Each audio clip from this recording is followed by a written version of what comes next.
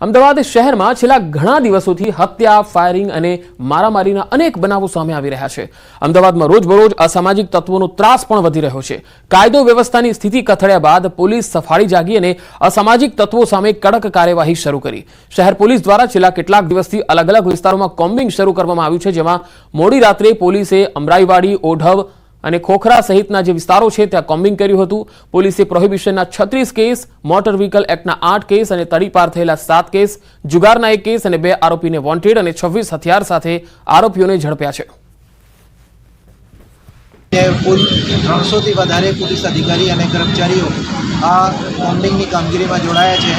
આ કોમ્બિંગની કામગીરીમાં આપણે જે અસામાજિક તત્વો છે અને નાસ્તા ફરતા આરોપી, એની સાથે સાથે પ્રોહિબિશનની રેડો અને કે હથિયાર કે દંડા જેવા ચપ્પા કે એવા હથિયારો એને ચેકિંગની કામગીરી અત્યારે ચાલુ છે.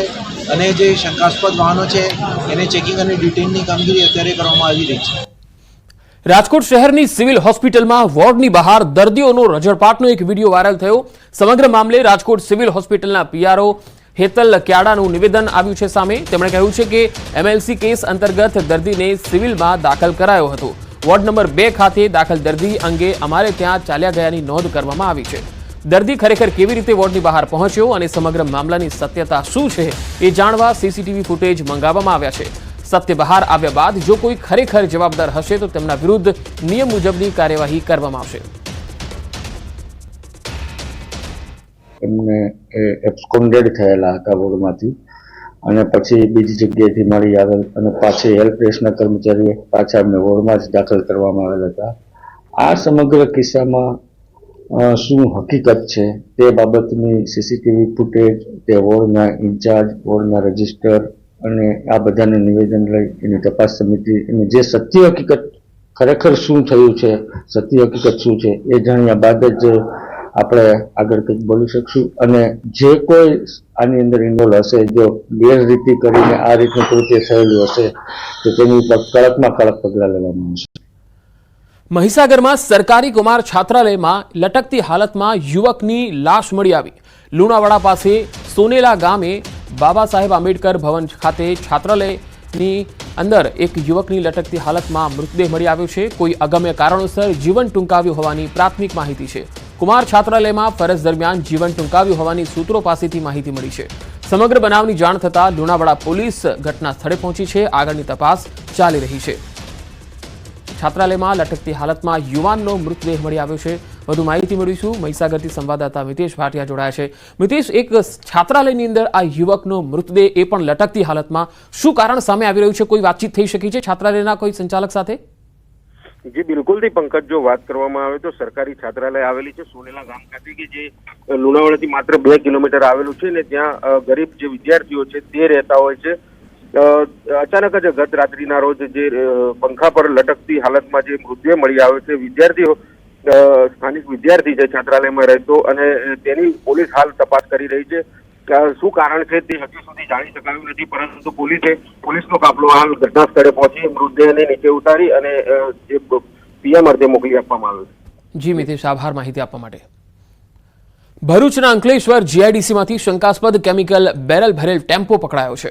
પોલીસે આ ટેમ્પો સહિત ₹5 લાખથી વધુનો મુદ્દામાલ કબજે કર્યો છે. સમગ્ર મામલે જીઆઈડીસી પોલીસે ટેમ્પા ચાલકની પૂછપરછ કરી વધુ તપાસ હાથ ધરી છે. જીઆઈડીસીમાંથી કેમિકલ ભરેલ બેરલ અને સાથે ટેમ્પો જે છે પકડાયો છે. પોલીસે 5 લાખથી વધુનો મુદ્દામાલ કબજે કર્યો છે.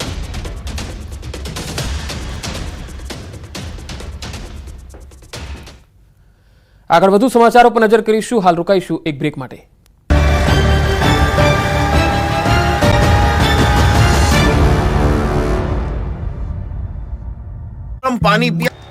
વડોદરા શહેરના નાગરવાડા મહેતાવાડી પાસે રહેતા ભાજપના પૂર્વ કાઉન્સિલરના પુત્રની વિસ્તારના માથાભારે બાબર પઠાણ અને તેના સાગરીતો દ્વારા કરાયેલી હત્યાને પગલે વડોદરા કોર્પોરેશન દ્વારા બુલડોઝર વાળી શરૂ કરવામાં આવી છે.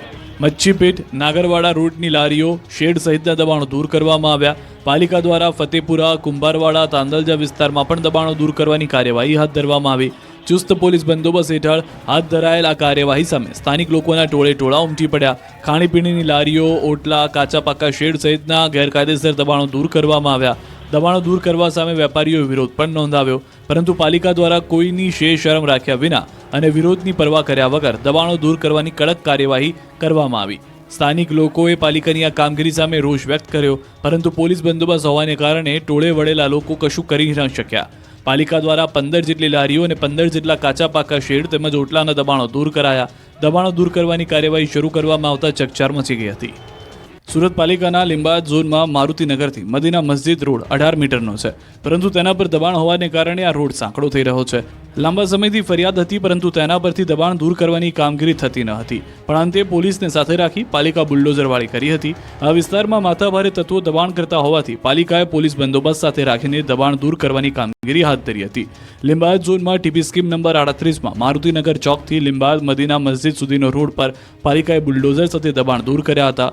દુકાન બહારના ઓટલા તોડી પાડવામાં આવ્યા હતા. પાલિકાએ દબાણ દૂર કરવાની કામગીરી શરૂ કરતા કેટલાક માથાભારે તત્વોએ હોબાળો મચાવ્યો હતો. જોકે પોલીસ અને પાલિકાના સિક્યુરિટી ગાર્ડ હોવાથી આ વિરોધ વચ્ચે પાલિકાએ દબાણ હટાવવાની કામગીરી કરી હતી. આ રોડ પર માથાભારે દુકાનદારોએ દુકાન બહાર ઓટલા બનાવી દીધા હતા. તે ઓટલાને જીસીબીની મદદથી તોડી નાખવામાં આવતા હવે અહીં લોકોને ટ્રાફિકથી રાહત મળશે. આ ઉપરાંત અન્ય દબાણ અને બોર્ડ દૂર કરી દેવામાં આવ્યા છે. પાલિકાએ આ દબાણ દૂર કરવા હાલ પૂરતો આ રોડ પરથી દબાણની સમસ્યા હળવી થઈ છે. પાલિકાએ દબાણ કાયમી દૂર કરવા માટે આ કામગીરી સમયાંતરે કરવા માટેની બાંહેધરી આપી છે. તો સુરત ટ્રાફિક પોલીસ દ્વારા પણ રોડ પર દબાણો હશે તો વાહનો જપ્ત કરાશે. અંબાજી મંદિર, દત્ત શિખર અને ભીડભંજન મહાદેવ મંદિરના મહંત તનસુખગીરી બાપુ બ્રહ્મલીન થયા બાદથી જૂનાગઢમાં સાધુ સંતો વચ્ચે શરૂ થયેલા વિવાદે ભયંકર રૂપ ધારણ કર્યું. મહેશગીરી બાપુ અને પ્રેમગીરી બાપુ વચ્ચે વિવાદ થયો. હવે તો હરિગીરી બાપુ, ઇન્દ્ર ભારતી બાપુ સહિતના સંતોની હાજરીમાં તનસુખગીરી બાપુના પરિવારજનો અને સમર્થકોએ હોબાળો મચાવ્યો અને ચીમકી ઉચ્ચારી કે જો પરિવાર સિવાયના કોઈને મહંત જાહેર કરી દેવાશે તો આખો પરિવાર આત્મવિલોપન કરી દેશે. તનસુખગીરી બાપુને સમાધિ આપ્યા બાદ બુધવારે ધૂળ લોટ વિધિ યોજાઈ. દાવા પ્રમાણે આ દરમિયાન ભવનાથના મહંત હરિગીરી બાપુ સહિતના સંતોએ પ્રેમગીરી બાપુને મહંત જાહેર કરી દીધા. આ વાત સાંભળીને ત્યાં ઉપસ્થિત તનસુખગીરી બાપુના પરિવારજનો વિફર્યા અને ઉગ્ર બોલાચાલી શરૂ થઈ ગઈ. અગાઉ મહેશગીરી બાપુએ હોસ્પિટલમાં જઈને જબરજસ્તીથી તનસુખગીરી બાપુની સહી લીધા હોવાનો આરોપ લાગ્યો હતો, જેને લઈને પ્રેમગીરી બાપુએ ખુલ્લો પડકાર ફેંક્યો અને કહ્યું કે મહેશગીરીથી ડરવાનો નથી. તમામ સાધુઓના આક્રમક વલણને જોતા આ મુદ્દે હજુ પણ તણખા જરી શકે છે. એટલું જ નહીં, મોટા ભડકાના પણ એંધાણ વર્તાઈ રહ્યા છે. હકીકત જે પણ હોય, પરંતુ હાલ તો આ ભગવાદારી સાધુઓએ મોતનો મલાજો ન જાળવીને પોતાના જ દંભનો પર્દાફાશ કર્યો છે. નવસારી પંથકમાં તસ્કરોનો આતંક દિવસે ને દિવસે વધી રહ્યો છે. બિલીમોરામાં ભગવાન પણ સલામત નથી. નવસારી જિલ્લાના ગણદેવી તાલુકાના બિલીમોરામાં દેરાસરોમાં ચોરો ત્રાટક્યા. બિલીમોરા ગોહરબાગ વિસ્તાર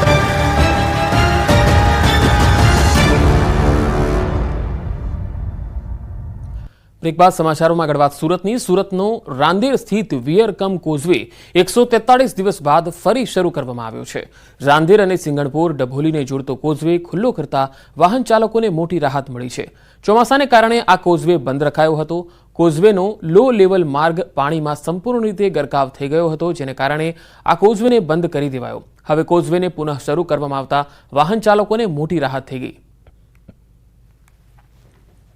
ચોમાસાની શરૂઆત થતાની સાથે જ સુરતની તાપી નદીના ઉપરવાસ ઉકાઈ ડેમ અને ઉકાઈ ડેમથી સુરત તાપી નદીના 80 કિલોમીટરના કેચમેન્ટ વિસ્તારમાં સતત પડી રહેલા વરસાદને લઈ રાંદેરથી કતારગામને જોડતો વિયરકમ કોઝવે લો લેવલ બ્રિજ પાણીમાં ગરકાવ થઈ ગયો હતો. 143 દિવસ બાદ આ બ્રિજ ફરી એક વખત લોકો માટે ખુલ્લો મૂકવામાં આવ્યો છે. દ્રશ્ય સીધા જોઈ શકાય છે કે વિયરકમ કોઝવે પરથી વાહનો પસાર થઈ રહ્યા છે. રાંદેરથી કતારગામને કતારગામથી રાંદેરને જોડતો આ લો લેવલ બ્રિજ બંધ હોવાને લઈને લોકોને કહી શકાય 5 થી 7 કિલોમીટર ફરીને જવું પડતું હતું. તે ફરવાનું આજથી બંધ થઈ ગયું છે અને ગઈકાલે મોડી સાંજથી આ લો લેવલ બ્રિજ ખુલ્લો મુકાતા વાહન વ્યવહારોમાં ખુશીનો માહોલ જોવા મળી રહ્યો છે. કેમેરામેન ભરત બ્રહ્મભટ્ટ સાથે કીર્તેશ પટેલ, ન્યૂઝ 18 ગુજરાતી, સુરત. પંચમહાલના ગોધરાની મેસરી નદીમાં બ્રિજ પાસે મૃતદેહ સળગાયાની આશંકા સ્થાનિકોએ વ્યક્ત કરી. કચરામાં કોઈ મૃતદેહની ચામડી સળગતી હોય તેવા દ્રશ્યો સામે આવ્યા. બ્રિજ પરથી રાહદારીઓ, વાહન ચાલકો અસહ્ય દુર્ગંધથી કપડાથી નાક દબાવી પસાર થવા મજબૂર છે. પ્લાસ્ટિકની થેલીમાં સળગાવેલા આ મૃતદેહ શેના હતા એ જાણી શકાયું નથી. શું આ કોઈ માનવ કંકાલ કે પછી કોઈ પશુનો મૃતદેહ હશે તે અંગે કોઈ માહિતી મળી શકી નથી. ગોધરામાં તાજેતરમાં જ માનવ ભ્રૂણ મળી આવ્યા હતા. પોલીસ દ્વારા આ બાબતે તપાસ કરવાની પણ માંગ ઉઠી છે. કેસરી નદીના બ્રિજ પાસે સિવિલ હોસ્પિટલની પાછળની બાજુ કંઈક સળગતું હોય અને તીવ્ર વાસ આવતી હોય, તીવ્ર દુર્ગંધ આવતી હોય એવું મને લાગ્યું. એટલે અહીંયાથી હું પસાર થતાં ઊભો રહ્યો અને નજર કરી તો બ્રિજની નીચે કંઈક સળગતું એવું લાગ્યું અને હાડકા જેવું પણ હોય એવું દેખાઈ રહ્યું હતું. ગોધરા શહેરના ડબગરવાસમાંથી થોડા દિવસ અગાઉ જ 2 ભ્રૂણના અવશેષો મળી આવ્યા હતા, જેને લઈને પોલીસ એક્શનમાં આવી હતી, સ્થાનિકો એક્શનમાં આવ્યા હતા અને આ ભ્રૂણને ત્યજી દેનાર સામે સ્થાનિકોમાં ભારે રોષ જોવા મળી રહ્યો હતો. ત્યારે હું આજે આપને સીધા દ્રશ્યો બતાવીશ. ગોધરા શહેરના સિવિલ હોસ્પિટલને પાછળથી પસાર થતી જે મેસરી નદી છે તેના બ્રિજ પાસે કોઈક અજાણી વ્યક્તિ દ્વારા 2 પ્લાસ્ટિકની થેલીઓમાં કેટલાક અવશેષો સળગાવી દેવામાં આવ્યા હતા. શેના અવશેષો હતા એ જાણી શકાયું નથી, પરંતુ અહીંયાથી પસાર થતા તમામ જે રાહદારીઓ, જે વાહન ચાલકો છે તેઓને જે હાડકા અને ચામડી જે સળગતી હોય એ પ્રકારનું જે તીવ્ર દુર્ગંધ આવતી હતી, જેને લઈને અહીંયાથી માથું ફાડી નાખે એવી દુર્ગંધમાંથી નાક અને મોઢું બંધ કરીને પસાર થવા માટે સૌ મજબૂર બન્યા હતા. જો ન્યૂઝ 18 ગુજરાતીની ટીમ દ્વારા આ અંગે તપાસ કરવામાં આવતા ન્યૂઝ 18 ગુજરાતીના કેમેરામાં કેટલાક જે અવશેષો છે તેમાં હાડકાનું પ્રમાણ જોવા મળ્યું હતું. ત્યારે તંત્ર દ્વારા તપાસ કરવામાં આવે અને જે પ્રકારે આ મૃતદેહને ત્યજી દેવામાં આવતા હોય છે, જાહેરમાં ફેંકી દેવામાં આવતા હોય છે અથવા તો સળગાવી દેવાની હરકત કરવામાં આવતી હોય છે, એ પશુનો હોય અથવા તો નવજાત શિશુનો હોય અથવા તો ભ્રૂણ હોય, પરંતુ જાહેર સ્થળ અને જાહેર માર્ગો પર આ પ્રકારની જે હરકત કરવામાં આવે છે એવા તત્વો સામે કાયદેસરની કાર્યવાહી કરવામાં આવે એવું અહીંના અગ્રણી નાગરિકો માગણી કરી રહ્યા છે. રાજેશ જોશી, ન્યૂઝ 18 ગુજરાતી, ગોધરા, પંચમહાલ.